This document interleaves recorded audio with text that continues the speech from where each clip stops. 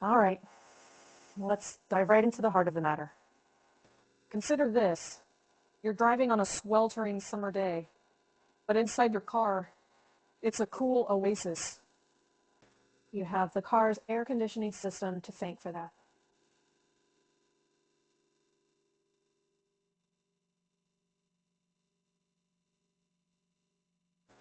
But how does it work? What makes it tick?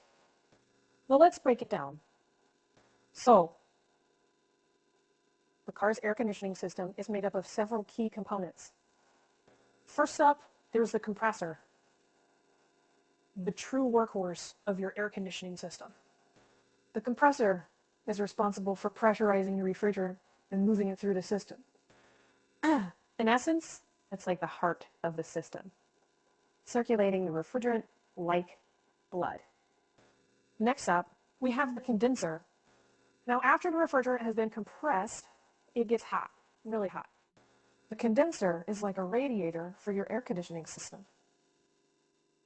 It helps dissipate the heat and cool down the refrigerant. Then we have the expansion valve. This little component controls the amount of refrigerant going into the evaporator. It's like a gatekeeper, making sure just the right amount gets through. And finally, there's the evaporator. This is where the magic happens. The evaporator cools the air by removing the heat and blowing it into your car's cabin. All these components work together in a continuous loop to keep your car cool.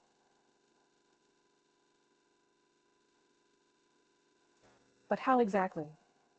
Well, the refrigerant starts in the compressor, gets pressurized, moves to the condenser, gets cooled, goes through the expansion valve, and finally enters the evaporator where it cools the air before starting the process all over. It's a lot to take in, isn't it?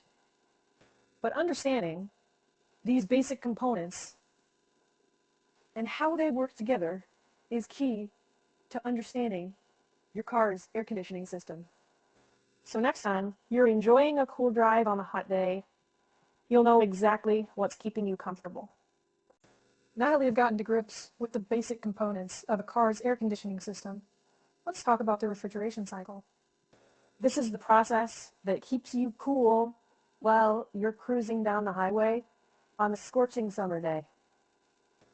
The refrigeration cycle is a complex process, but I'll break it down for you. It essentially involves 4 stages: compression, condensation, expansion, and evaporation. And these stages are repeated in a continuous cycle to keep your car cool. First, the refrigeration cycle starts with the compressor.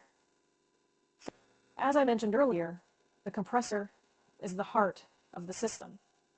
It compresses the refrigerant, converting it from a low-pressure gas to a high-pressure gas. The high-pressure gas then moves into the condenser, where it gets cooled down. As the refrigerant cools, it changes state from a gas to a high-pressure liquid. The heat that was absorbed by the refrigerant in the car's cabin is released to the outside air. Next up, the liquid refrigerant makes its way to the expansion valve. Here, the high-pressure liquid is allowed to expand, and as it does, it turns into a low-pressure liquid. Finally, the low-pressure liquid moves into the evaporator, where it absorbs heat from the air in the car's cabin, cooling it down. And as it absorbs the heat, the refrigerant changes state again, this time from a low-pressure liquid back into a low-pressure gas. Then the cycle starts all over with the low-pressure gas returning to the compressor. Sounds like a lot, doesn't it? But this is the process that keeps your car nice and cool on those hot summer days. So every time you turn on your car's air conditioning, remember there's a lot going on behind the scenes.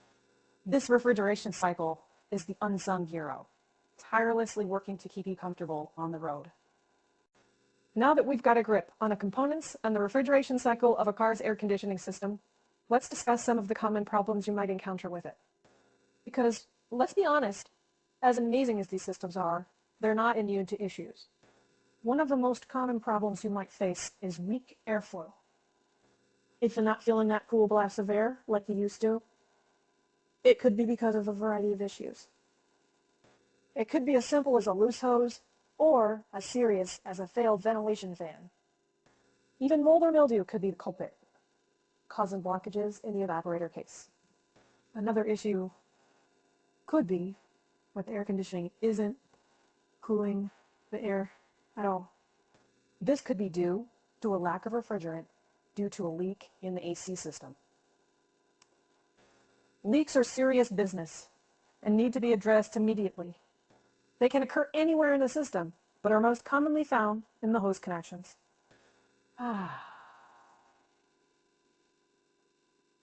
And don't get me started on strange smells coming from the AC.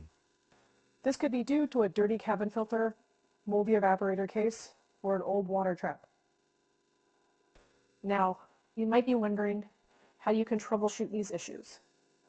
Well, if you're experiencing weak airflow, check for any blockages in the vents or the fan.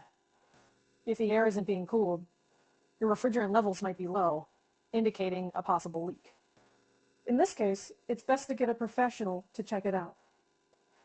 And if you're dealing with strange smells, it might be time to change the cabin filter or clean out the evaporator case. Remember, your car's air conditioning system is complex, and while some issues can be addressed on your own, it's always best to consult with a professional if you're unsure. After all, prevention is better than cure, especially when it comes to keeping cool on the road. Alright, we've covered the basics, the refrigeration cycle, and common problems with the car's air conditioning system. Now, let's talk about how you can maintain and clean your AC system to ensure it's performing at its best. First and foremost, it's important to use your air conditioning regularly. It may seem counterintuitive, especially during colder months, but running your AC at least once a week helps maintain the gas pressure to keep the compressor working properly. It also circulates the refrigerant, which helps keep the seals soft and pliant. Next, remember to change your cabin air filter regularly. A clogged or dirty filter can dramatically reduce the performance of your air conditioning system. Typically, it's recommended to replace the cabin air filter every 12,000 to 15,000 miles, but check your car's manual to be sure. Cleaning your AC system is also important. Over time, bacteria, fungi, and other microorganisms can build up in the system, which not only can cause unpleasant odors, but also reduce its efficiency. There are a variety of AC cleaning products available on the market that can help eliminate these unwanted guests. Lastly, consider having your air conditioning system professionally serviced every 2 years. A professional service includes checking for leaks, testing the refrigerant levels, and inspecting the system's components. And remember, maintenance is always cheaper than repair. So, by taking care of your car's air conditioning system, you're not only ensuring a cooler, more comfortable ride, but you're also prolonging the life of the system and potentially saving yourself some money in the long run. So don't neglect your AC. With regular maintenance and cleaning, it'll keep you cool and comfortable on the road, no matter how hot it gets outside. Now, let's shift gears a little and discuss something incredibly vital: the environmental impact of the car's air conditioning system. It's no secret that our vehicles have a significant impact on the environment, and the AC system is a part of that. Car air conditioners use refrigerants, which are substances that produce a cooling effect while they evaporate or boil. For many years, a refrigerant called R12 was used, but it was found to be a significant contributor to the hole in the ozone layer. Because of this, it was phased out and replaced by R134A. However, while R134A doesn't harm the ozone layer, it's a potent greenhouse gas that contributes to global warming. So, what can we do about it? Well, one thing is to ensure your AC system is well maintained and free of leaks. This not only helps your AC work efficiently, but also prevents refrigerant from escaping into the atmosphere. And there are also more eco-friendly alternatives on the horizon. Many car manufacturers are beginning to use a refrigerant known as R1234IF. It works similarly to R134A, but has a much lower global warming potential. In addition to that, there are ongoing research and development into more sustainable cooling methods. For instance, solar-powered air conditioning is one of the possibilities that could significantly reduce the environmental impact. It's a complex issue, no doubt.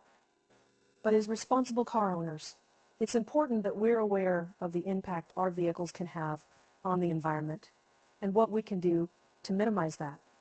So, whether it's maintaining our AC systems properly or considering more eco-friendly alternatives, every little bit helps in the quest for a more sustainable future.